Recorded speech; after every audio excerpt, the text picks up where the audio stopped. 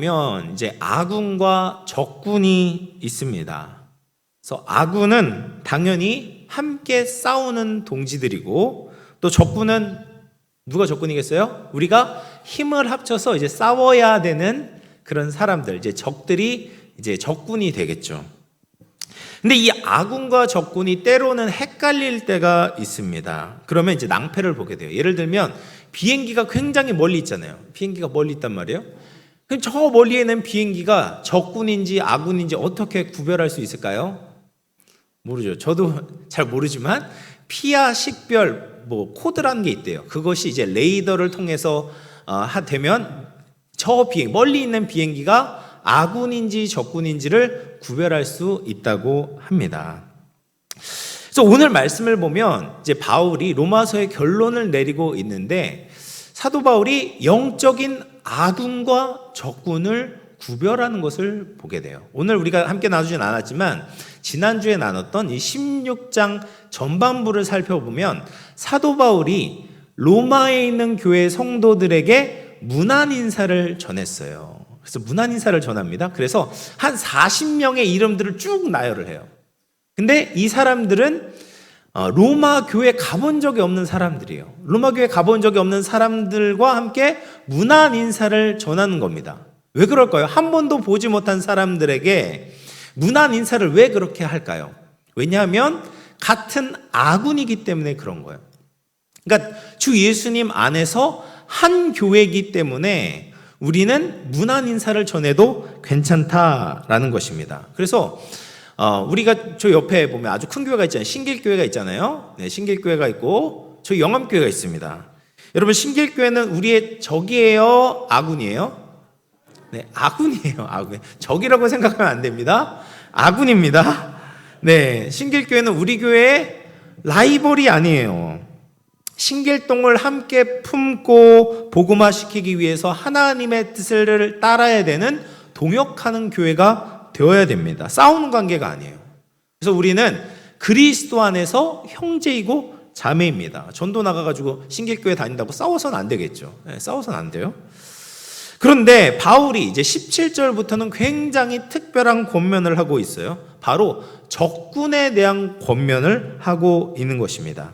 그래서 우리가 전 세계에 있는 교회들을 위해서 기도도 하고 때로는 협력도 하고 좋은 마음을 가지고 그들을 도와야 되는데, 절대로 그런 관계로 지낼 수 없는, 물론 이제 완전히 회심해가지고 주의 교회 안에 들어온 사람도 있겠지만 그렇지 않다면 함께 할 수 없는 그런 사람들이 있습니다. 친구가 될 수 없는 사람들, 바로 이제 이단이라고 불리는 사람들이 있어요. 우리 친구들에게는 이제 이단이라는 말이 익숙하지 않겠지만, 이단이라는 말 여러분 잘 들어야 됩니다. 이단이라는 뜻이 뭐냐? 이단을 사전에서 찾아보면 끝이 다르다라는 거예요. 끝이 달라요. 그러니까 처음 시작은 비슷한 것 같아요. 교회 아니야? 교회 다니는 사람들 아니야? 나랑 똑같이 신앙생활하는 형제들 아니야? 라고 생각할 수 있어요. 처음에 보면 그렇게 생각할 수가 있는데, 점점 지나다 보면 내가 모르는, 그리고 교회에서 가르치지 않은 생소한 가르침을 가르친 데가 있어요. 그리고 끝을 보면 완전히 달라지는 거예요. 끝이 완전히 다른 거예요. 그런 사람들을 이단이라고 부르는 거죠. 그래서 이런 이단들의 활동은 이제 사도 바울의 때부터 지금까지도 아주 활발하게 이어지고 있습니다.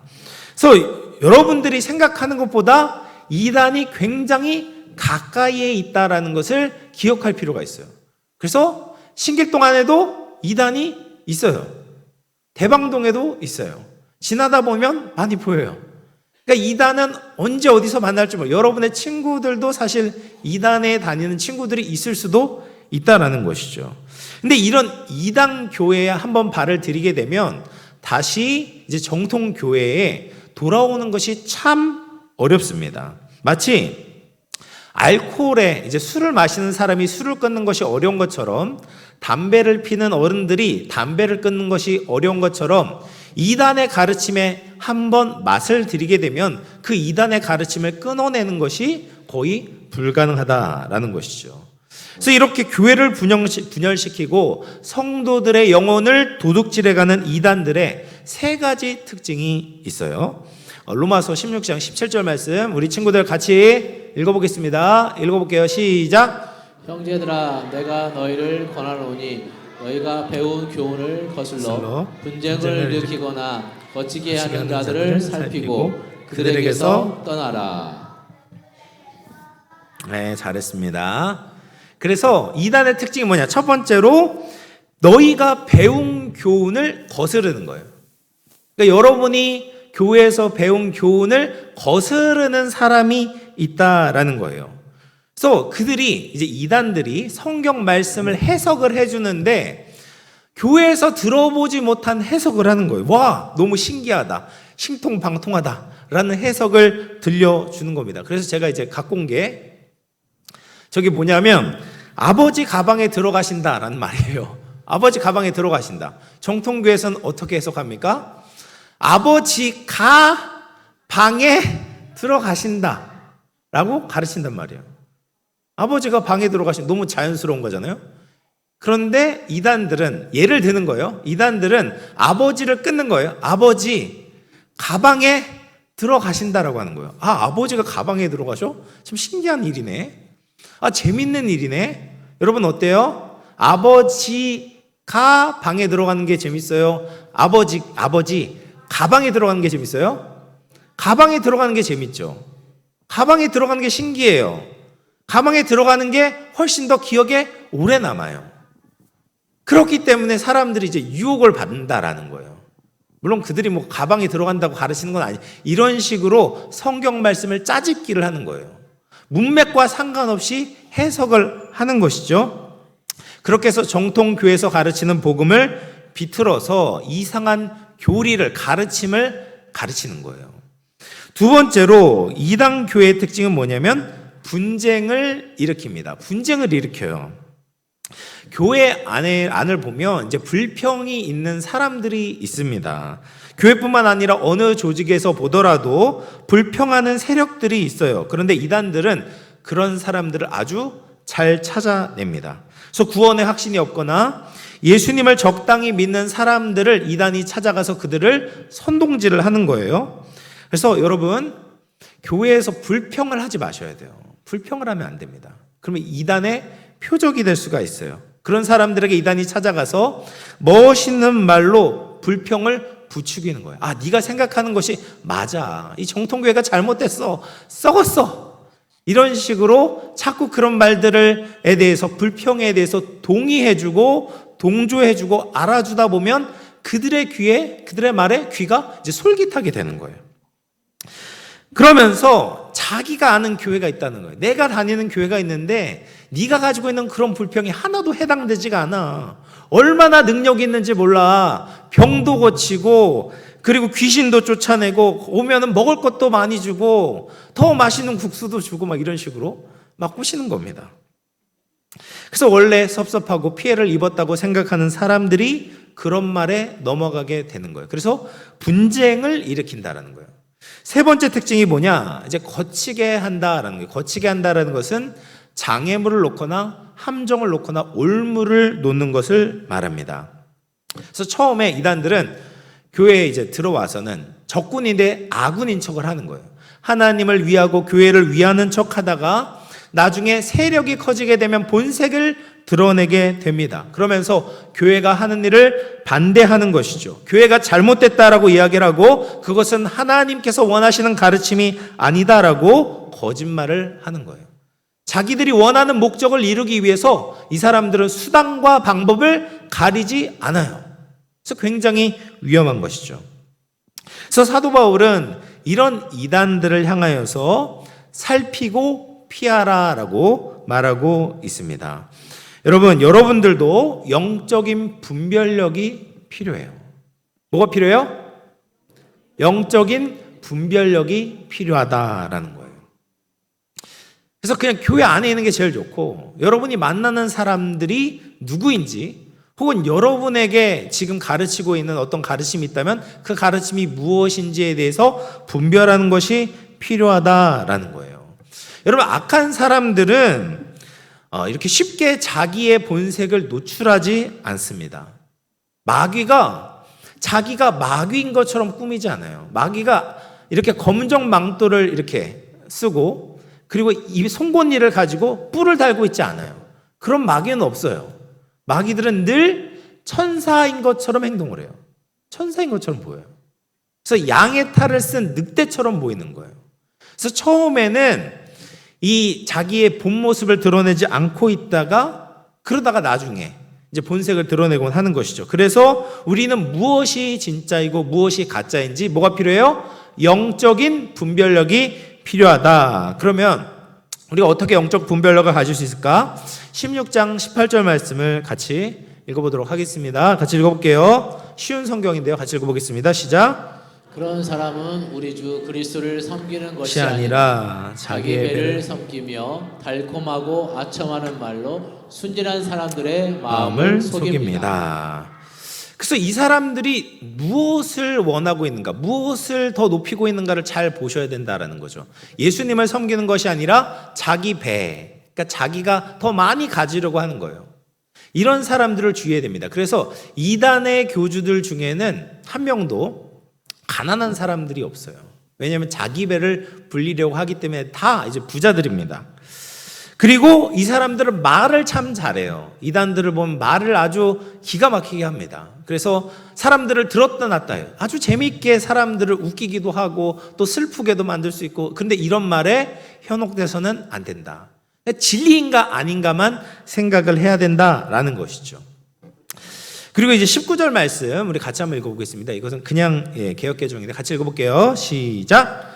너희의 순종함이 모든 사람에게 들리는지라. 그러므로 내가 너희로 말미암아 기뻐하노니 너희가 선한 데 지혜롭고 악한 데 미련하기를 원하노라. 여러분, 이 세상, 여러분이 살고 있는 세상은 천국은 아니에요. 그렇죠? 천국은 아니기 때문에 여러분들의 믿음을 떠나게 만드는 것들이 참 많다는 것을 기억해야 됩니다. 그래서 이 세상이 때로는 사자처럼, 사자가 먹이를 찾는 것처럼 여러분들을 위협할 수 있어요. 교회에 못 나가게 할 수도 있고 또 예수님의 복음을 전하는 것을 못하게 가로막을 수도 있습니다. 근데 많은 경우에서는 이렇게 위협만 하는 것이 아니라 유혹도 해요. 그래서 여러분들의 눈과 귀를 즐겁게 할 만한 많은 것들을 제공하는 거예요. 그래서 유튜브에 뭐 얼마나 재밌는 것이 많아요. 그렇죠? 재밌는 게 너무 많아요. 근데 그런 것들을 보다 보면 어떻게 돼요? 하나님에 대해서 관심이 점점 멀어지게 되는 것이죠. 하나님이 아니라 세상이 원하는 것을 보게 되고 세상이 원하는 것을 자꾸 듣게 되는 것입니다. 그래서 우리는 어려서부터 하나님께 붙어 있어서 이 세상을 분별해내는 영적 분별력이 필요한 거예요. 그냥 아무 생각 없이 신앙생활을 하는 것이 아니라 선한 데는 지혜롭고 악한 데는 미련해야 된다라는 거예요. 그래서 하나님을 위해 살기 위해서는 지혜가 필요해요. 지혜가 필요합니다. 복음을 따라 살기 위해서는 지혜가 필요합니다. 그리고 악한 데는 미련하라라고 말해요. 이 미련하다라는 것은 뭐냐면 무지한 거예요. 잘 모르는 거예요. 무식한 거예요. 그래서 여러분 친구 중에 그런 말하는 친구가 있어요. 야, 너 이런 거 해봤어? 너 이런 거 봤어? 너 넷플릭스에서 19금 영화인데 이런 거 봤어? 이런 거 물어보는 친구가 있을 수 있어요. 뭐 아주 어린애 친구들은 없겠지만 중학교 올라가면 그런 거 하잖아요. 물어본단 말이에요. 초딩들인데 막 19금 영화, 뭐 오징어 게임 이런 거 봤어? 난 봤다고 막 이런 식으로 얘기한단 말이에요. 그러면 그때 어떻게 돼요? 그래, 나 못 봤어. 나 안 봤어. 라고 얘기를 하는 거예요. 그걸 부끄러워해서는 안 되는 거예요. 여러분, 악한 데는 미련해야 돼요. 그러니까 몰라도 되는 거예요. 악한 데는 미련한 것이 지혜로운 거예요. 그래서 선한 일에 있어서는 여러분이 지혜를 가지고 열심히 하려고 노력해야 되지만 악한 데 있어서 앞서가려고 하면 안 돼요. 여러분 나이대를 벗어나는 것을 미리 하려고 하는 것은 어리석은 일이에요. 그래서 악한 데 있어서는 미련해라 라고 말하고 있습니다. 우리 마지막 20절 같이 한번 읽어볼게요. 시작. 평강의 하나님께서 속히 사탄을 너희 발 아래에서 상하게 하시리라. 우리 예수의 은혜가 너희에게 있을지어다. 그래서 이런 가르침에 대해서 우리가 타협하지 말고 두려워할 필요도 없습니다. 왜냐하면 악한 자들이 승리하는 것처럼 보이지만 그러나 교회가 승리해요. 성도가 승리하는 겁니다. 하나님께서 승리를 주시기 때문에 결국 하나님의 사람들이 승리하게 되어 있어요. 여러분, 악한 일에 빨리 간다고 승리하는 게 아니에요. 이기는 게 아니에요. 결국에는 하나님의 말씀을 따라서 여러분이 거룩하게 살 때, 하나님의 말씀에 따라 살아가게 될 때 결국에는 승리하게 되는 것입니다. 그래서 두려워할 필요가 없어요. 세상이 말해도 흔들릴 필요가 없다라는 거예요. 하나님께서 우리에게 승리를 주시고 평강을 주시는 것입니다. 그래서 우리는 주님을 바라보면 돼요. 주님의 말씀을 따르면 승리할 수 있습니다. 이제 말씀을 마무리하겠습니다. 사랑하는 우리 영암교회 성도 여러분, 그리고 우리 미래 세대 여러분, 여러분이 지내고 있는 학교, 직장, 또 여러분이 생활하고 있는 모든 공간 가까이에 여러분을 유혹하는 이단이 있을 수가 있어요. 그리고 사실 이단보다 더 무서운 사탄의 유혹과 공격이 있습니다. 우리가 예수님으로부터 멀어지면 그 공격에 넘어질 수밖에 없어요. 우리가 함께 전심으로 하나님을 예배하지 않으면 그 유혹에 넘어가게 되는 것입니다. 말씀으로 깨어있지 않고 분별하지 않는다면 세상과 이단의 가르침에 속아 넘어가게 되는 것입니다. 그래서 우리 영암의 미래 세대들은 믿음을 잘 지킬 수 있기를 축복합니다. 하나님이 다스리시는 이 세상에 진정한 왕이신 예수님을 바라보며 믿음으로 승리하고 주의 은혜 가운데 살아갈 수 있는 저와 우리 영암의 모든 가족들 다 될 수 있기를 주님의 이름으로 축원합니다. 우리 찬양 한 장 하고